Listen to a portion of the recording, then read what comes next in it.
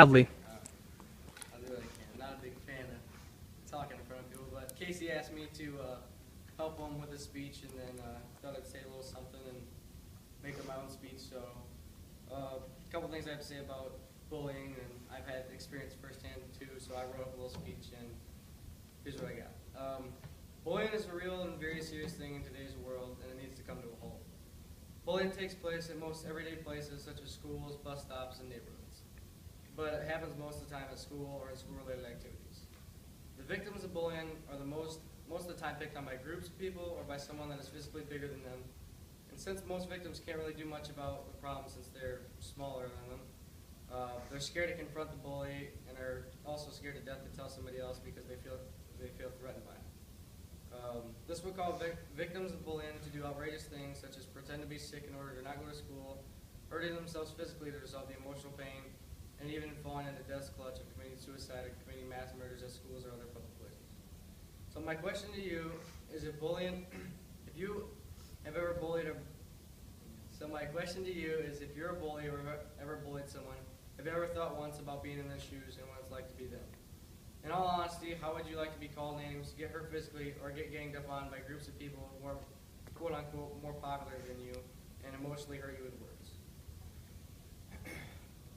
But believe it or not, I've been in the shoes of a victim of bullying for about a solid 3 to 4 months span. You might ask how someone like myself might be a victim to bullying, but it can really happen to anybody. During my sophomore year, I was picked on by 3 guys who were seniors, and they verbally and physically bullied me so much that pushed me past my limits. They pushed me to the point where I didn't want to be a part of the one thing that I'm best at, and that's wrestling. And of course, they were on my team, so I didn't want to be around. I didn't practice for the first week of the season because I completely walked away from the sport because I didn't want to be around those guys that threatened me like that. But after a few team meetings and talking with the guys and our coaches, we began to gel together more as a team and become more of a family. And actually, in the end of it, became really good friends we all became really good friends. But it really is ironic to me how I almost walked away from wrestling the same year I won my first state title, all because of bullying and how it affected me. This is my real life example on how bullying can really affect anybody and everybody, and how I was involved in it, and it changed my outlook on how I treat people. So always remember to think about how you feel if you're in the shoes of a victim, and also the golden rule, treat others how you want to be treated. That's what I got, and then Casey. Let's give Brack a round of applause. Well, first off, I need to tell you 2 things. My head's about to blow up with butterflies. And, well, I wasn't asked to do this. I chose to do it. So, please respect that. In the Leadership Council, we talk about a lot of things. Leadership, management, responsibilities, and leadership styles. And I think we can all agree that those help to make our school better. But will that make it perfect?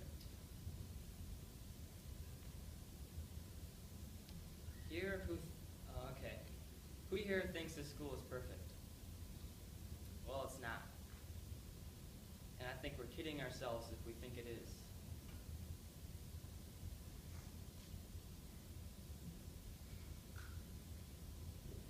One of the reasons why the school isn't perfect is because of bullying. I know you have heard it 1,000 times before from many different places. TV, radio, movies.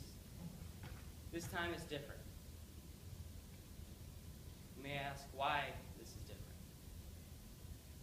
This time, you're not going to be hearing from some celebrity.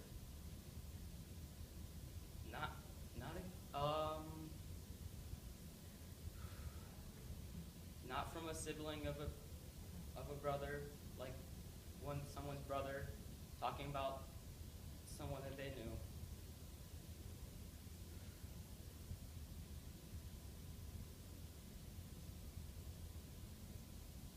Or from a parent of a bullied kid.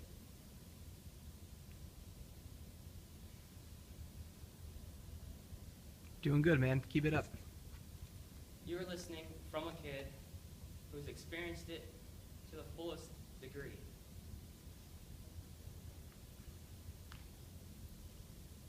Sorry, I kind of lost my place. You're fine. Take your time. You may not have been bullied in your life, but I'm sure you've seen it happen before. And did you do anything?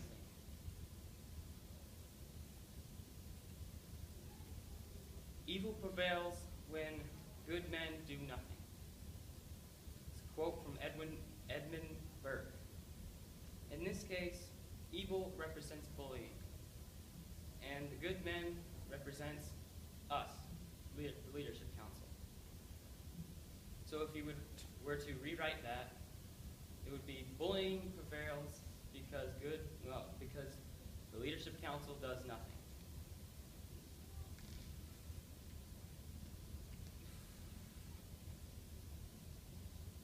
When you look at it like that, it sounds like that we, as a group, need to do something.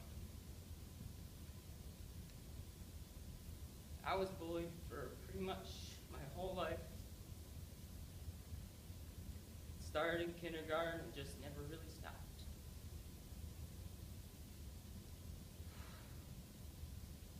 In the 7th grade, it pushed me to almost committing suicide. I usually get the, yeah, right look from people. When I say almost, I mean gun loaded, bullet chambered, trigger pulled, safety off.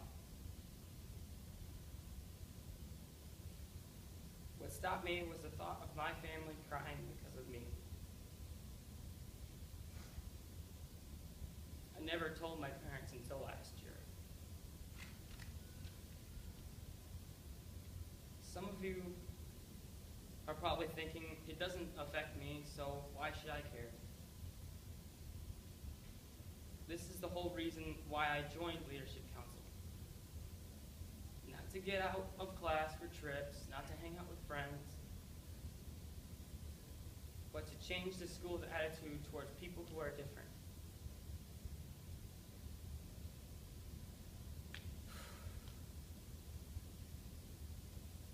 To make a difference. Bullying isn't something that just happens, it's a disease. It gets passed on from person to person. Anyone who grows up getting bullied often becomes one.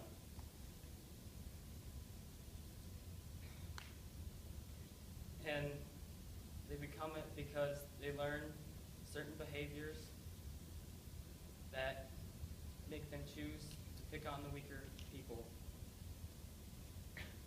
So the cycle never stops. We can stop the spread of disease in our school.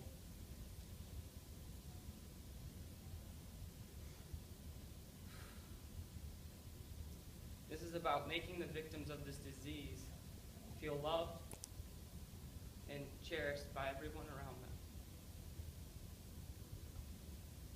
I wanted to introduce this problem to give those people a voice. Can we prevent bullying? No. But we can do something about it. We can stop it if we see it happening.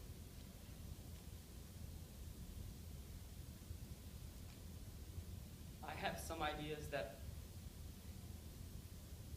need more than just me to make it happen. My ideas, along with all of yours, we can make a difference as a group, as the Leadership Council. Decide to do something instead of nothing. Gandhi once said, "Be the change you want to see in the world." That is what I want to be. I want to be the start to the winds of change in this school and other schools. And and make other schools model their schools after us.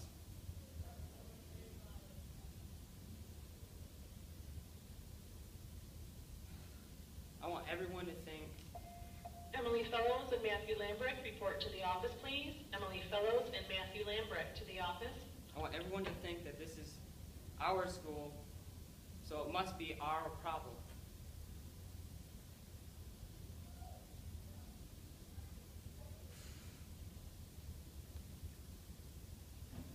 Let's take action. When I got picked on, bullied, there were people who saw it and turned away and did nothing. How would that make you feel? Wouldn't you want someone to stand up for you?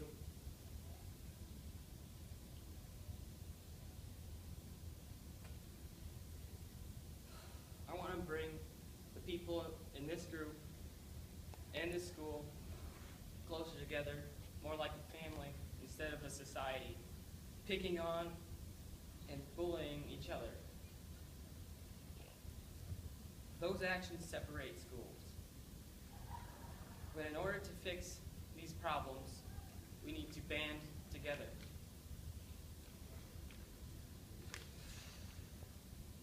Don't feel sorry for me. I'm fine. What's done is done. What I want is for us, as a group, to prevent this from happening to another kid. I have very few friends because this affected me emotionally as well as socially. I no longer know how to be social because I'm in fear of someone making fun of me.